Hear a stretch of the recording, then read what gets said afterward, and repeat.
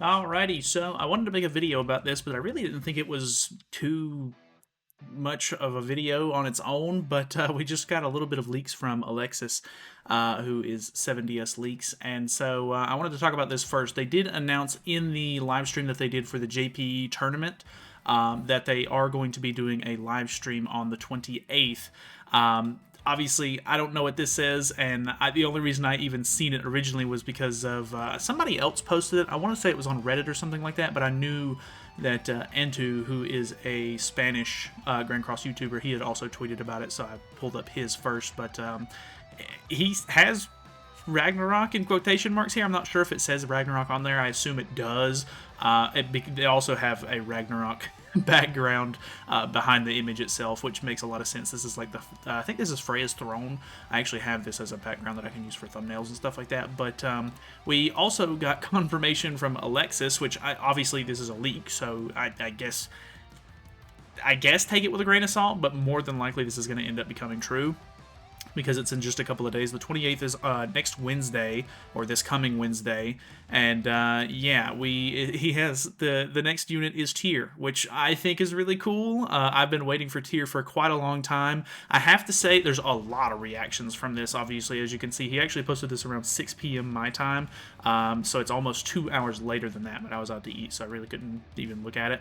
But I seen the ping, and I thought it was very interesting because I like Tyr. I think he's super cool. I really liked, just seeing him in the newest Ragnarok story and stuff like that with who was it, Fenrir.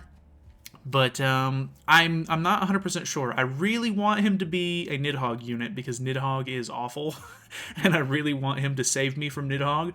But at the same time, I'm sure a lot of people are wanting maybe like more PvP units or something like that. But for Tyr personally, because I like him as a unit and a character, I really hope that he's the Nidhogg character. Not only because I want Nidhogg to be easier, but because I also think that I will get a lot more use out of this character if he's a Nidhogg, exclusive sort of unit. Obviously, that'll kind of suck because you won't be able to use him in other content.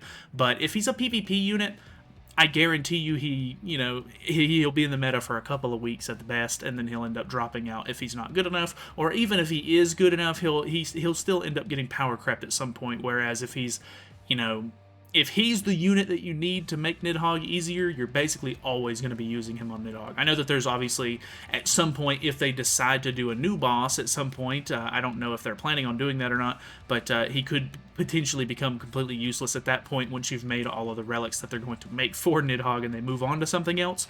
But either way, it would give me a really good amount of use out of him. So I think I'm pretty excited to see that. I wasn't actually expecting them to do a live stream for the next Ragnarok banner, because normally whenever they do live streams for banners, that means that there's something like substantial content-wise coming. So I don't necessarily think that they're going to be like announcing a new boss or anything like that.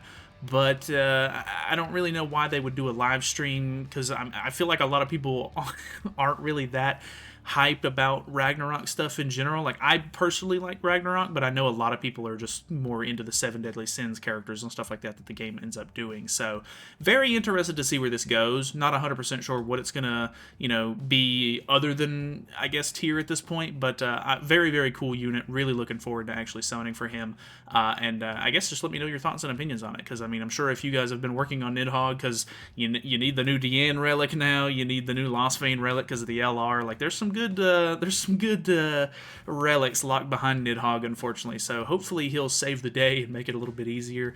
But I don't know, maybe you'd rather have him as a PvP unit. Definitely let me know. But that is pretty much it for now. I will obviously be doing a live reaction to the stream whenever it comes out on the 28th.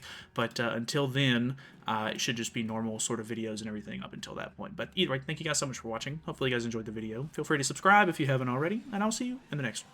See you then.